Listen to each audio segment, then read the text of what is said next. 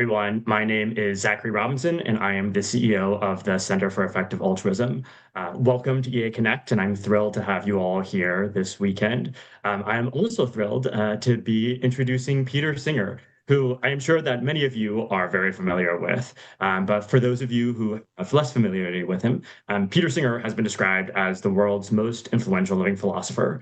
His book, Animal Liberation, has been credited with starting the modern animal rights movement, and his article, Famine, Affluence and Morality, which was published back in 1972, later influenced Toby and Will MacAskill when they were founding the effective altruism movement.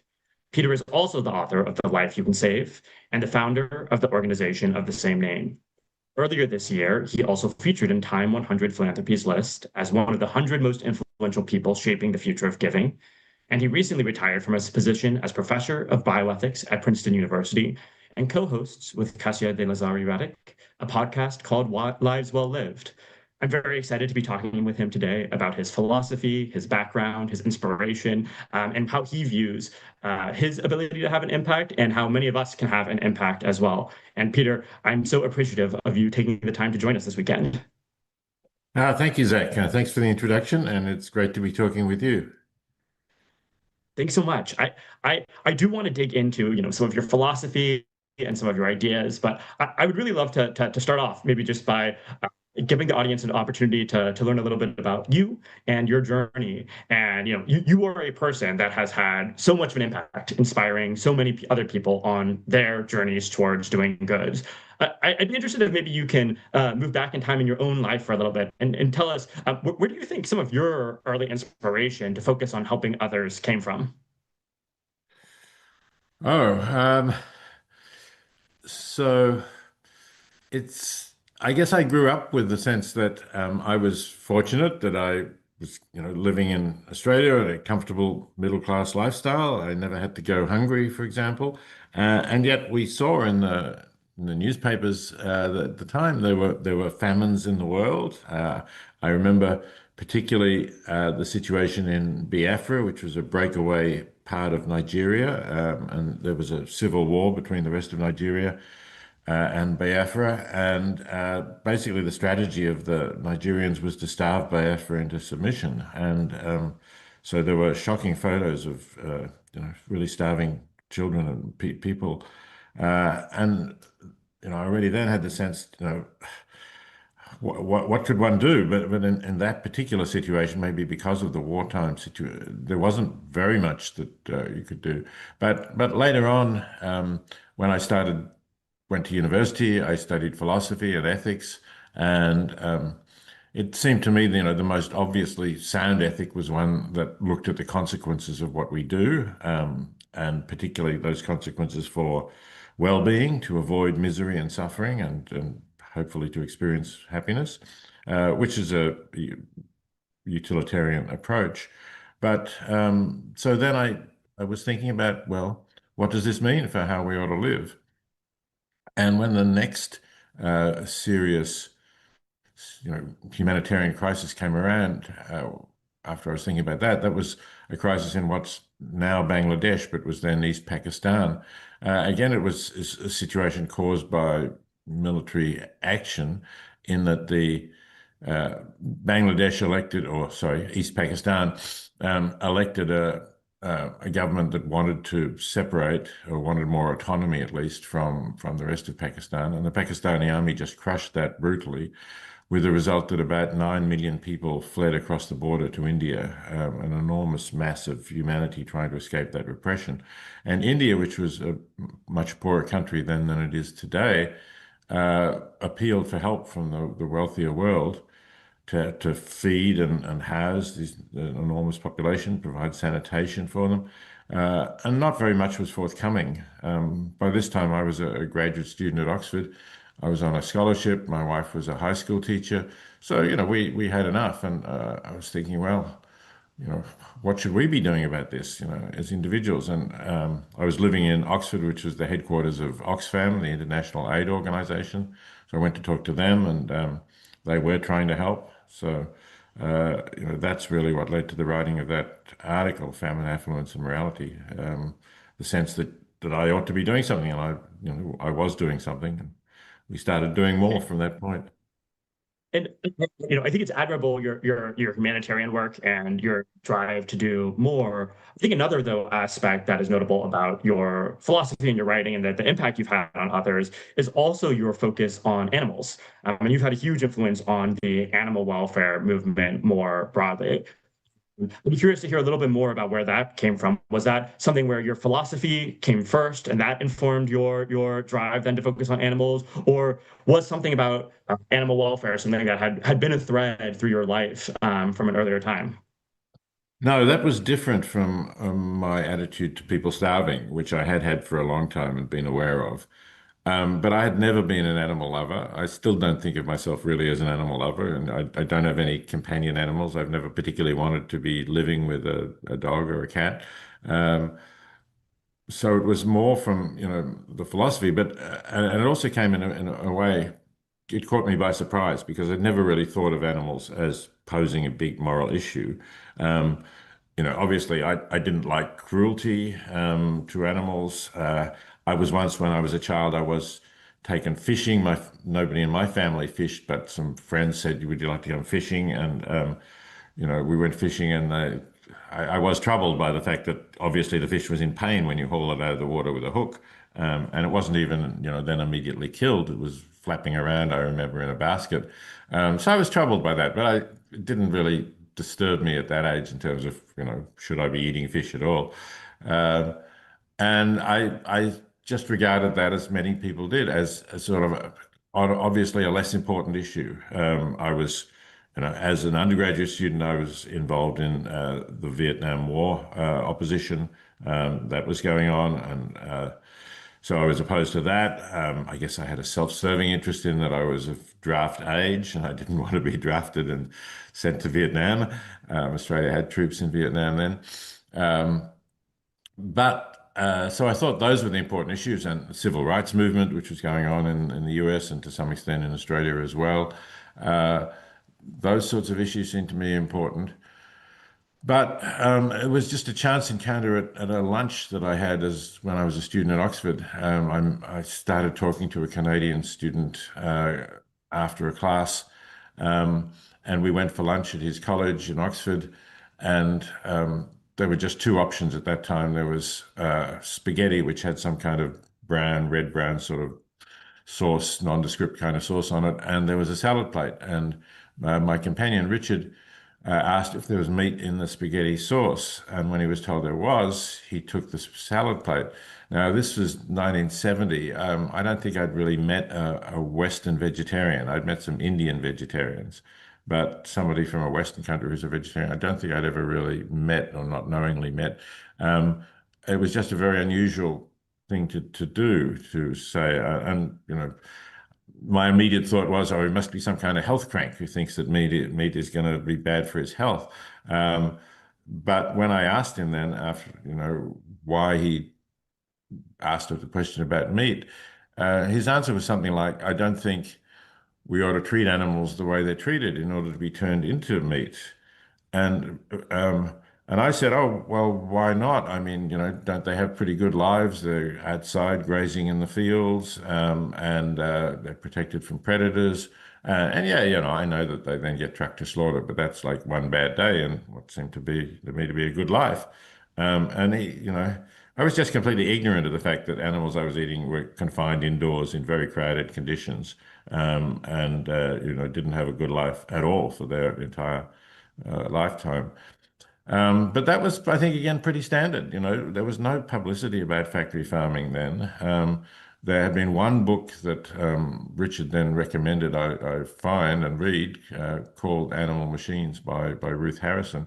But that was really the only book that provided information on factory farming. Otherwise, there was nothing aimed at the public.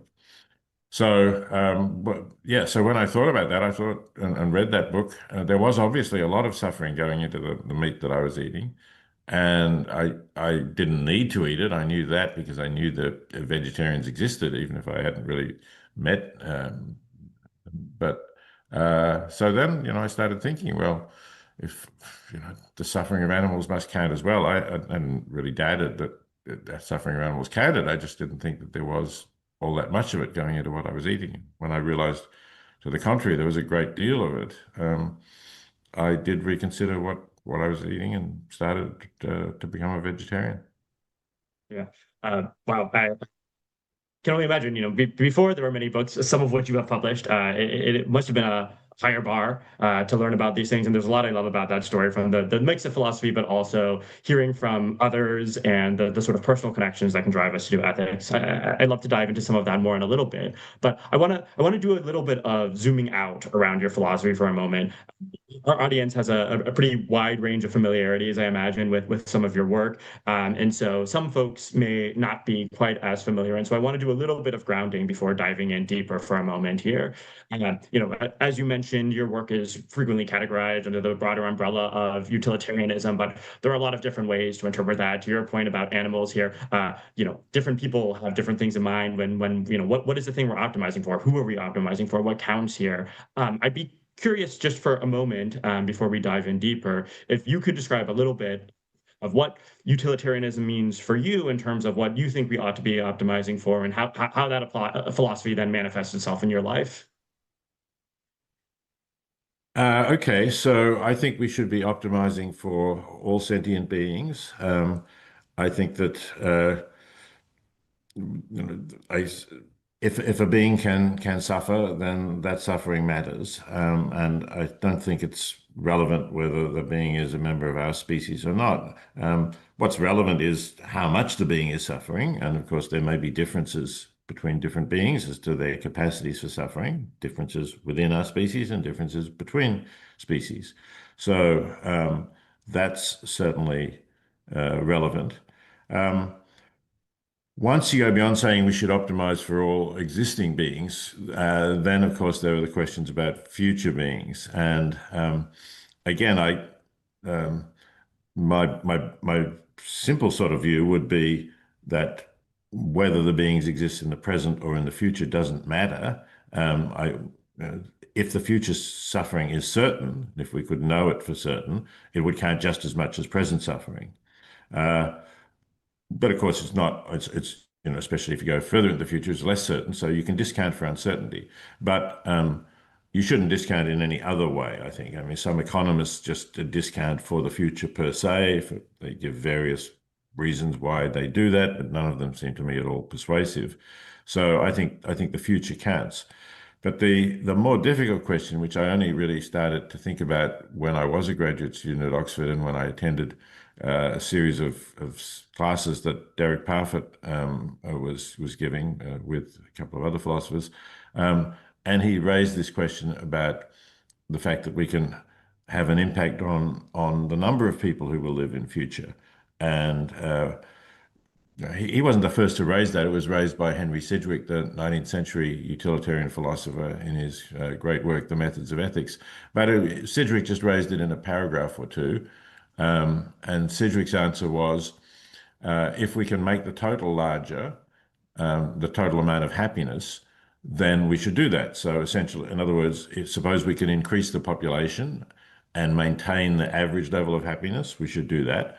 And even suppose we can increase the population, reducing the average level, but because the increase in numbers is greater than the reduction, so the total is greater, then Sidgwick just said sort of straightforwardly without much argument that I think we should try to increase the total. That's the utilitarian answer to that question. And of course, Parfit has this famous example that if you do think this way, you end up with the repugnant conclusion. That is, you end up with, as compared with any world with a limited number of people, let's say our world with 8 billion people, and assume that all of them were living very rich and fulfilling and happy lives, which they were.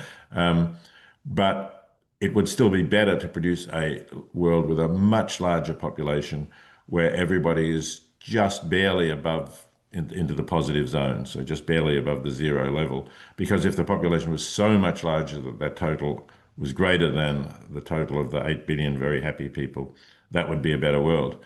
And that Parfit found repugnant, and I guess intuitively we probably nearly all find it repugnant that the numbers could make such a difference. But then Parfit showed that it's very hard to find any plausible other theory that doesn't lead to equally counterintuitive consequences. So I tried to think about that problem after going to those classes. For a few years, I tried different solutions to looking for ways in which I could answer the question: is it better to increase the total, even if you reduce the average? And I didn't really find, what Parfit described as theory X, the theory that would not give us counterintuitive consequences. And the average view, by the way, does lead to various sorts of problems too. So, I mean, the total view at least is a consistent view. It doesn't get into some of the serious paradoxes that other views do. Um, so for a while, I thought, well, probably a total view is the best view.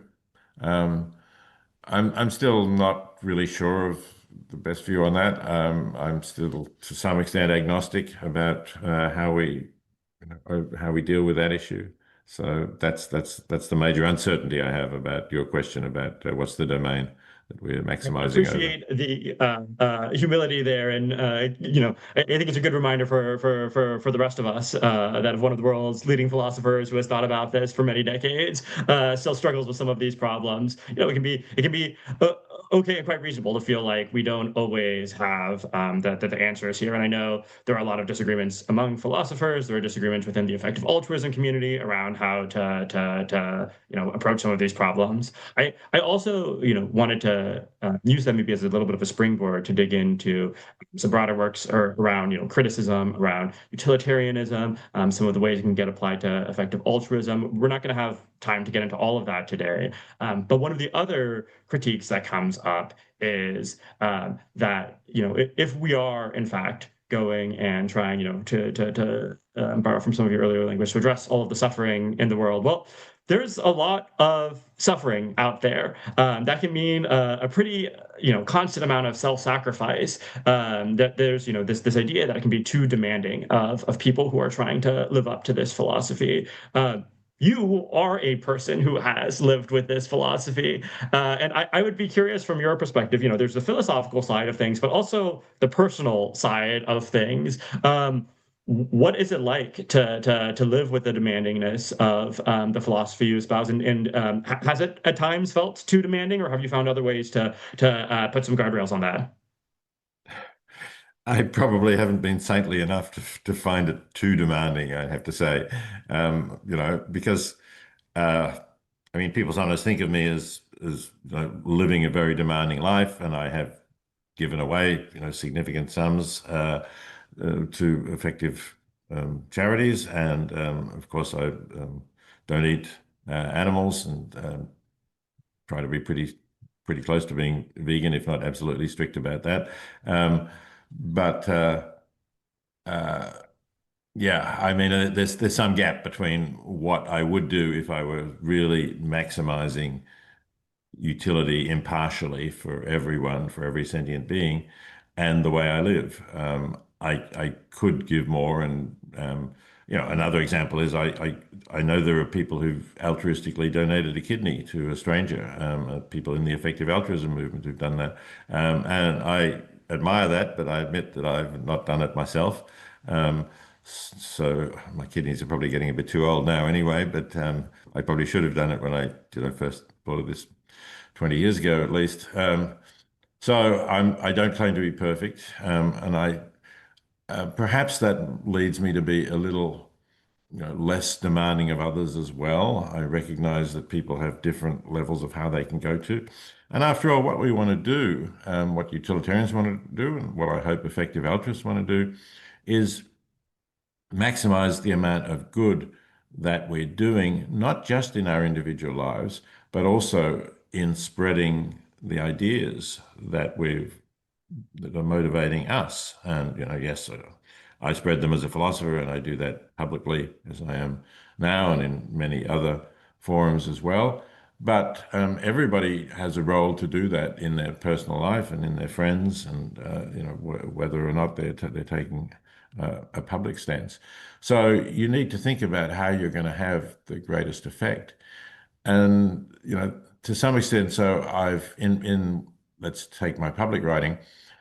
if you look at Famine, Affluence and Morality, which I wrote more than 50 years ago, um, I did, well, I suggested that the most defensible view there ethically would be one that you ought to give to the level of marginal utility, that you ought to give to the point where if you gave more, you would be harming yourself as much as you would be benefiting others by the gift that you're giving.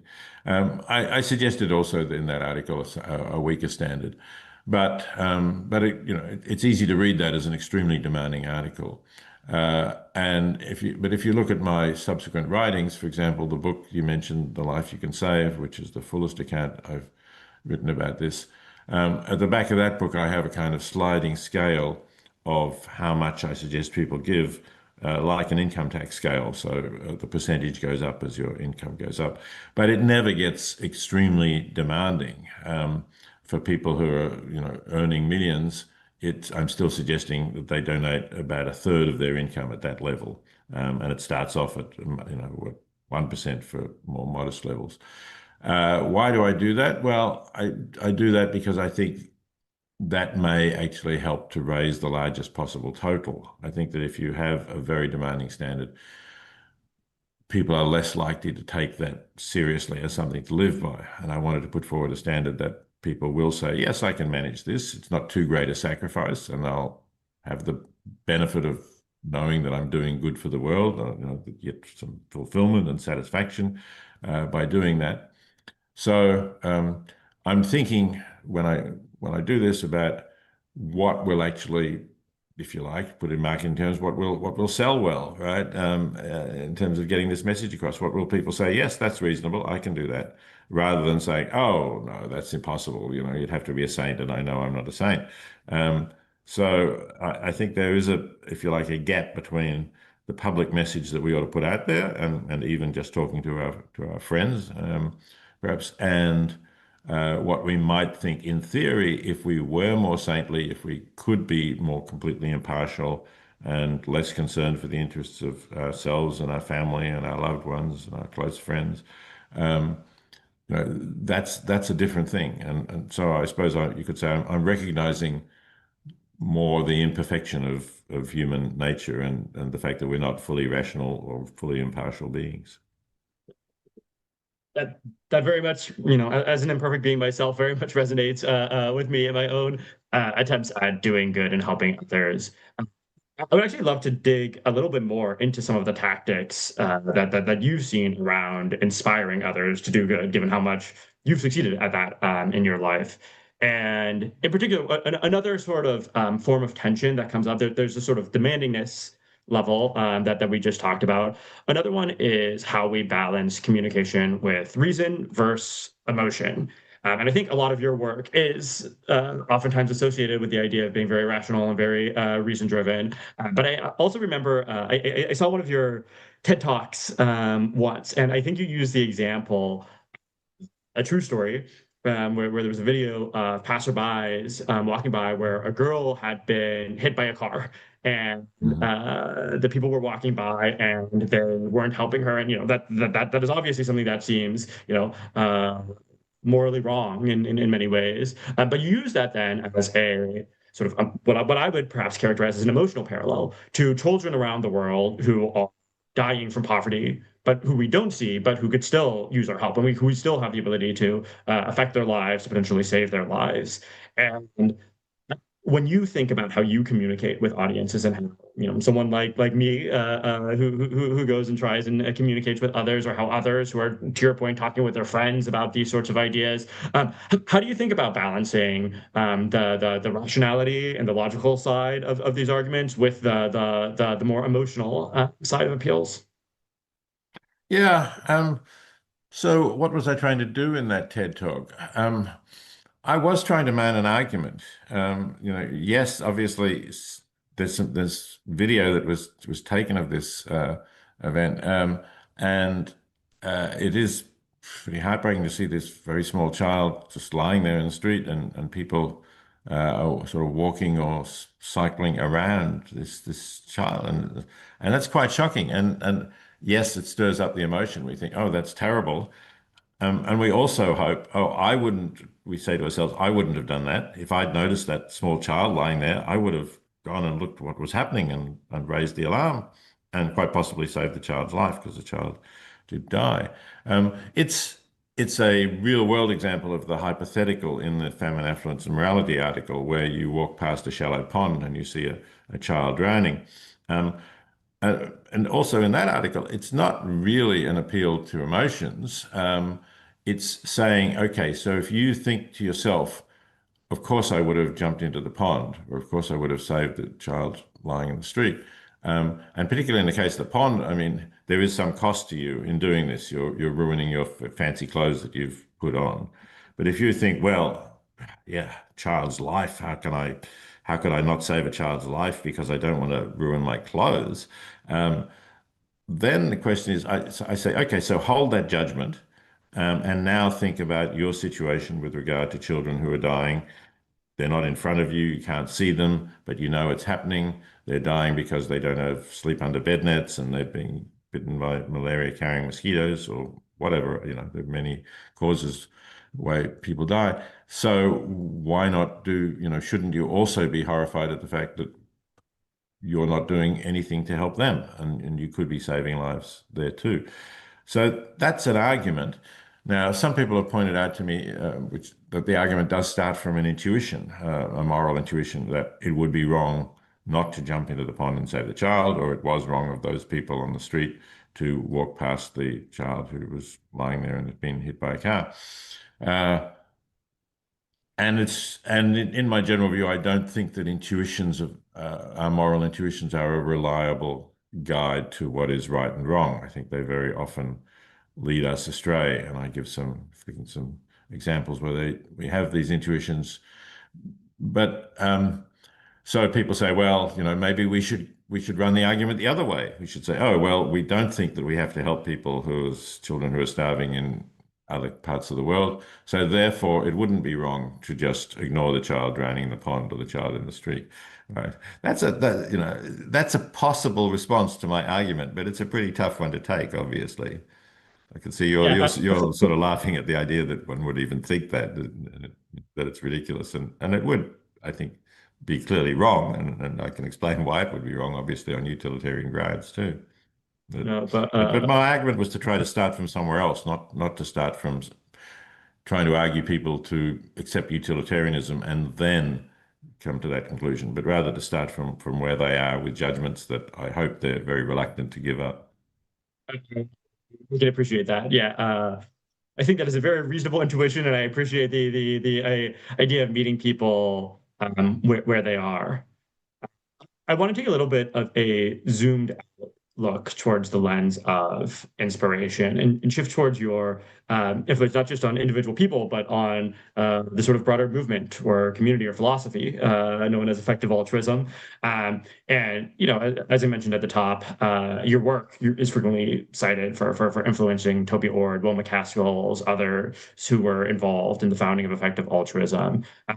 And on the one hand, you know, your work, reading Famine, Affluence and Morality. When I read that, you know, after I was familiar with effective altruism, I was like, oh, there's obviously a through line here. There is some way, an obvious conclusion here. On the other hand, it didn't EA didn't start until about 4 decades after you published that work, and I'm curious. What was the impact you were actually trying to achieve when you were writing that? Was that intended for academic audiences? Was there this hope of spurring a broader movement? When you're in that lens as a philosopher and as a writer, what is your theory of change?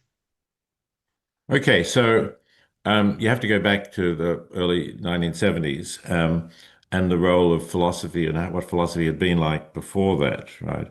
So if you looked at philosophy in the 50s and 60s, which was basically the sort of what the philosophy that I was studying as an undergraduate and even as a graduate, um, even when you were doing ethics, there wasn't really an area called practical ethics that people were writing in. It was much more the analysis of the meanings of moral terms. What does it mean to say something is good or we ought to do it?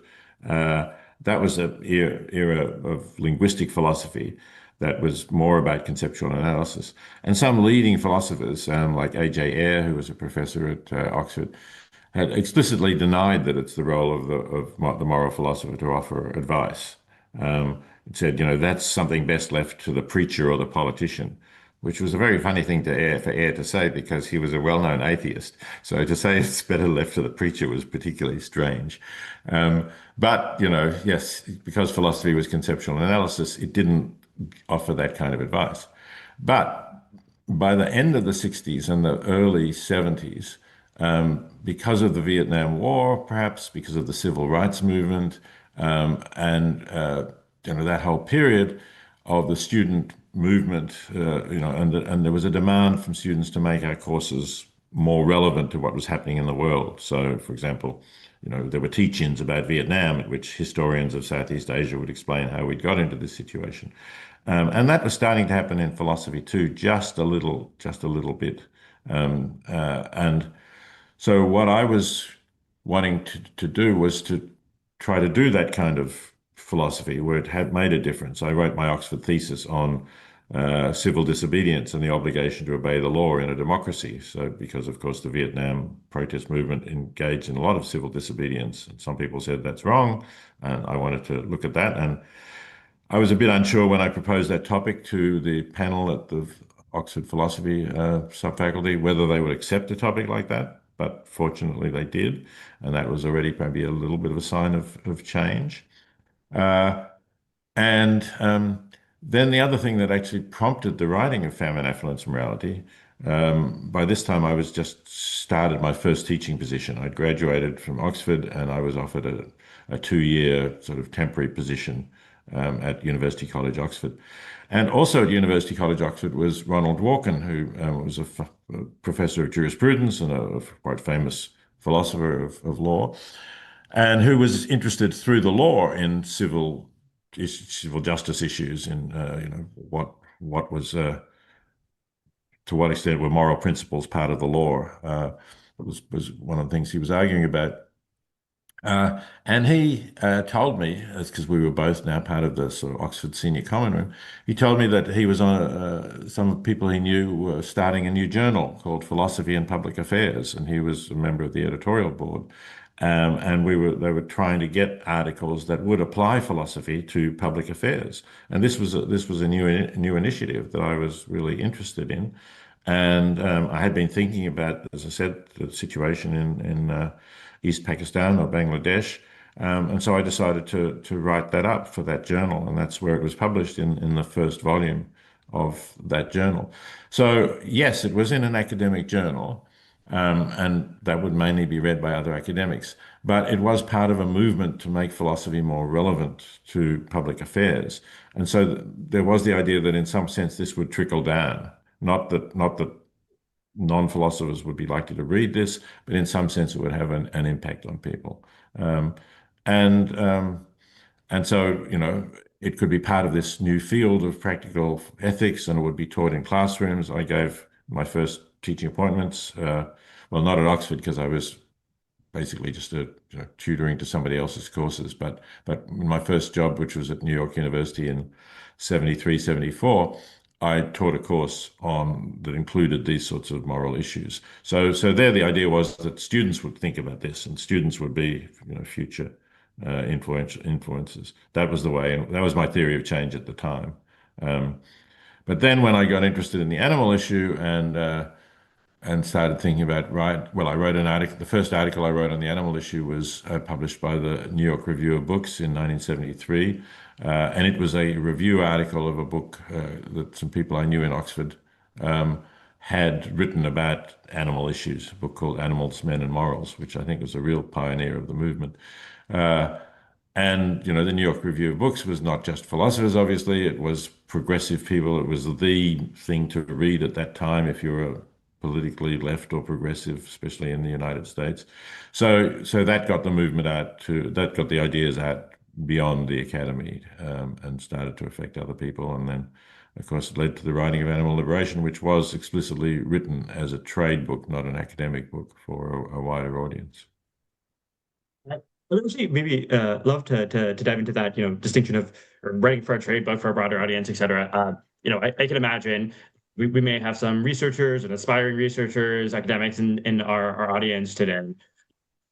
When you're thinking about writing research for impact or writing in general for impact, what advice might you have? Why is it? Do you know why it is that your writing has had such an outsized impact over time? Yeah, I think there's two things. One is I think I've dealt with important issues. As I said, I didn't previously think the animal issue was important, but when you look at the incredible numbers of animals who we abuse, particularly in factory farms, it obviously is a very important issue. And global poverty is clearly an important issue. So those are the two things that I guess where I've reached the public most and had the most impact. Um, just some on bioethical issues as well. I'd like to think I've contributed to the move to make assisted dying for people who are terminally ill or incurably ill to get assistance in dying. But my role in that was certainly more minor than in the others. Uh, so that's the first thing. I think find issues that are important and that people can, you can persuade people to take these issues seriously and get involved in them. Um, the second thing is, oh, and I'll say one more thing about the issues. I've tried to look at issues where people can actually take actions themselves. A lot of people write about issues where what you want is for the government to do something or for some, policy change. And those are important. I'm not putting them down. It's important that people do write that kind of thing. But I think when you write where people can actually take some action themselves and change the way they're living, it does have more resonance. But the second piece of advice is the writing style. I think is important. I think especially if you're an academic, you can easily get into this style of writing that you're writing for other academics. You use terms that they use that are not familiar to the general public. You even sometimes deliberately make things sound more complicated and highfalutin than you need to, because this shows that you are an academic, right? I'm somebody who understands all these difficult concepts and I can use them, and that's why what I've learned from getting a degree, and that's why I'm in the position I'm in. I think a lot of academics do that. It's almost a defense mechanism, because they worry that if I write this in a way that everybody can understand, then people will say, well, I can do this too. I can think about this. What's special about you? Why are you getting paid by the university? So I think you have to try to get over that and say, I do want to communicate with others, and I'm going to use the most direct, straightforward style of writing, and I'm going to avoid terms that people won't know, or if I absolutely have to use them to convey my meaning, I'm going to explain them clearly the first time that I use them. I think there's lots of academic writing that isn't read outside academia because it doesn't adhere to those fairly simple recommendations. Makes sense. And I'm actually curious about diving into maybe the first thread that you talked about there, which is touches on individual action and what people can actually do. And I think one of the things that has been inspiring for me about the effective altruism community is that a lot of these people are they're reading philosophy, they take ideas seriously, but then they try and do something about them. And I think a lot of people today at the conference in the audience who are here to listen to you are here because they're interested in deepening their own impact. And I'd be curious if you look at the sort of EA inspired landscape today that you have helped shape over time. What types of projects might you be particularly excited to see more people work on? Even projects that are going on today? Yes, or projects Yeah, that are not going on today that you would like that should be going some on people today. to potentially be working on. Yeah. No, I mean, I guess what excites me is that people are looking at where they can do the most good, and often that will mean reduce suffering the most. And I'm particularly pleased that the effective altruism movement takes very seriously the importance of factory farming, and of trying to trying to reduce and eventually eliminate factory farming. Because, well, firstly, as I said, I grew up in an era where people who thought of themselves as progressive and concerned about things basically belittled the animal issues. And I'm glad that they are taken seriously now. Secondly, it is, it's recognizing that there is such vast numbers, something like 200 billion animals who are raised each year for food, and I'm not talking about wild caught fish just raised in intensive confinements.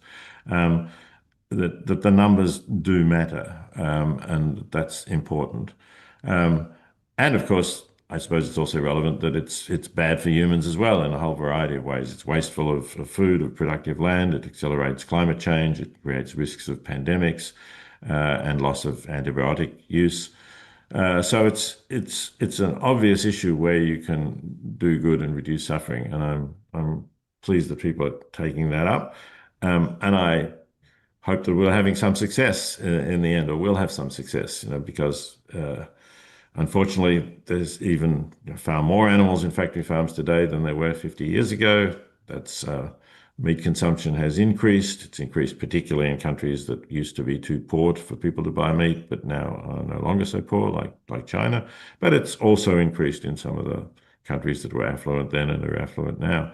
So it's important to do something about that. And then looking around at options, of course, there is a more radical option now that involves trying to produce alternatives to animal products, alternative forms of protein. And although that hasn't been as successful as was hoped when it first came on the horizon, it's taken longer. But I hope that that will still come around in the end. So that's that's one project that I'm very much involved with and concerned about. I think in areas of helping people in extreme poverty, we have a whole lot of different methods going on of doing that, and I welcome the research that's been done by GiveWell and also the Life You Can Save, which I co-founded, is doing research and trying to popularize those ideas because that's really important, and that's something that I did not particularly emphasize in my work in Famine, Affluence and Morality.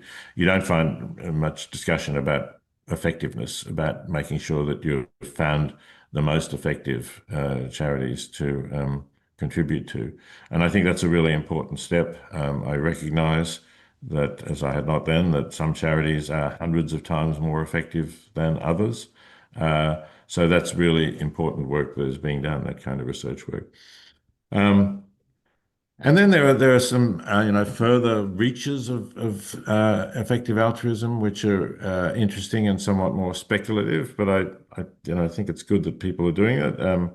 People are trying to compare the well-being of different species of animals. I think that kind of research is something that I suppose I thought it's just too difficult to do. But it's there is some work going on in that area, led by Bob Fisher, who's written about that area. So that's good to see. People are interested in wild animal suffering.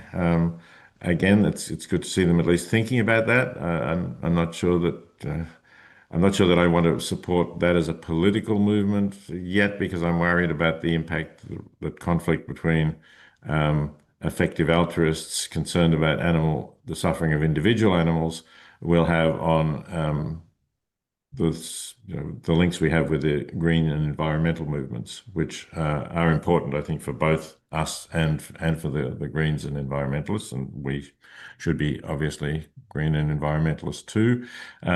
But there can be obvious conflicts about interfering with nature in order to reduce the suffering of wild animals. So I don't think we know enough. There are some things we can do, obviously. We can stop fishing, for instance. That's a wild animal. But I wouldn't push that too far at the moment. And the other thing where I have somewhat similar views is thinking about the suffering of invertebrates. And some of that I think is well established. And I welcome the work that was done at the London School of Economics by Jonathan Birch and others in the report they did on sentience in cephalopods, octopus and mollusks, and in decapod crustaceans, lobsters and crabs, that has actually led to changing the law about sentient beings in the United Kingdom. So that's important work that I'm pleased to see is going on as well. But again, yes, octopus and lobsters, I think we can and should be talking about, but should we be talking about the welfare of soldier fly larvae, which are produced in very large numbers, mostly to be ground up as animal food for cattle in factory farms? And should we be concerned about whether they may be suffering? We don't know, I think, whether they can suffer or not. There's uncertainty, but there's a strong argument that given the numbers, we shouldn't be doing this, because even if there's a low probability that they are suffering, the suffering could be very extensive. But again, I just don't think the public is ready for that. And I'm worried that the whole animal movement will be ridiculed if people start saying, what about the suffering of the hundreds of billions of soldier fly larvae we're producing now? It sounds like a little bit, unfortunately for the world, but fortunately for those looking to do good, there are a lot of different problems that people can work on that you just talked about, and I appreciate you giving us that overview. I'm conscious that we are starting to get towards the end of our time together, but I wanted to ask you before we go. You've obviously done so much and worked on so many different aspects of global problems, from poverty to animal welfare to broader parts of philosophy. I'm curious, what is next for you? What sorts of projects are on your personal horizon? Okay, so as you mentioned, I retired from Princeton just a bit over a year ago, and I thought then about how best to use my time. And although I still have a visiting academic position at the National University in Singapore, where I spend some time, um, I'm not really trying to do further original work in philosophy. I mean, that might be partly the feeling that, my capacities are not really up to doing the cutting edge work in that field now. But it's also a sense that I've acquired a certain status. As you mentioned, I'm reasonably well known. I am an emeritus professor now at Princeton, which gives you a kind of a amplifier, at least in the United States, where they're pretty elitist in who they listen to, and that's an elite university. So I want to use that. It's like, you've built up some capital, and now I want to use that to continue to do the most good that I can, and to work on projects that are more practical rather than philosophical. So I've already mentioned some of the things that I'm working on, like factory farming, and I'm chair of the board of The Life You Can Save, so I'm still involved in decisions about the way The Life You Can Save goes, not in a hands-on day-to-day way, but at a broad level. And I support that organization, and I want to get more people aware of how they can give effectively, and how easily they can make a difference to help people in extreme poverty. But I've also just recently got involved in a project to increase corporate giving. This happened because I learnt about a particular company in Australia called Humanitix, which is a ticketing agency, which now isn't just in Australia, but is also operating in the United Kingdom and the United States, and is going to spread to some European countries as well. It's a company that was set up by a couple of young Sydney entrepreneurs who wanted to do some good. And it's 100% owned by a charity that they themselves set up for that purpose. So all of the profits, 100% of the profits from the ticketing agency, go to good causes. And I first heard about them because they called me up and said, we're thinking of giving to The Life You Can Save. Do you agree that that's the sort of highly effective way to help people? And they donated 4 million Australian dollars to The Life You Can Save, and have now donated something like 16 million US dollars overall. So, that's a substantial source of income. And I thought, wow, it'd be great if other people were to do this. And I co-organized a conference in Europe with the School for Moral Ambition. Some people in effective altruism may know about the School for Moral Ambition, founded by Rutger Bregman in Amsterdam. And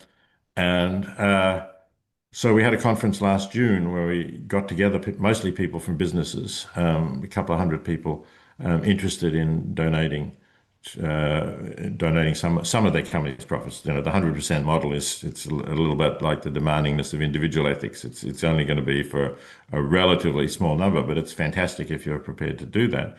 And then we have a whole range. We are saying we'll try to build a community of companies that are donating a minimum of 10% of their profits. And we took that 10% because we want to get big companies involved. And for example, the Dutch-based wellness and beauty product chain Rituals, which some people in Europe will know very well, and in other countries it doesn't have its own stores, but it has something like 1,500 retail stores worldwide. And they have now pledged to give 10% of their profits, which is going to be something like 25 million euros a year. So there are a lot of other companies that could do this. And if any of the people have contacts with companies that might be interested, please let me know. We are now definitely launching an organization, which we're having a soft launch in February, and we'll have a bigger, more public launch later in 2026. But we're definitely launching an organization that will build a community of companies that are donating a minimum of 10% of their profits to charities. And although we won't specify as the sort of criteria that they're effective charities, by building this community, we want to get a discussion that will lead them to be donating more effectively. So, that's the new project, if you like. I'm continuing to do the old ones, but that's the new one that's exciting me. You managed to be able to juggle a lot, and I am very impressed. I'm also very grateful, as you mentioned in the earlier part of that answer about you taking the time to share with us and with so many other people around the world your experience, and because I think it matters. Some of your work has been personally influential to me. I know it's been influential to many others, and I'm very grateful for you taking the time. And those of you in the audience, you also heard Peter's call to action. If you happen to know any companies that are interested in using their product for good.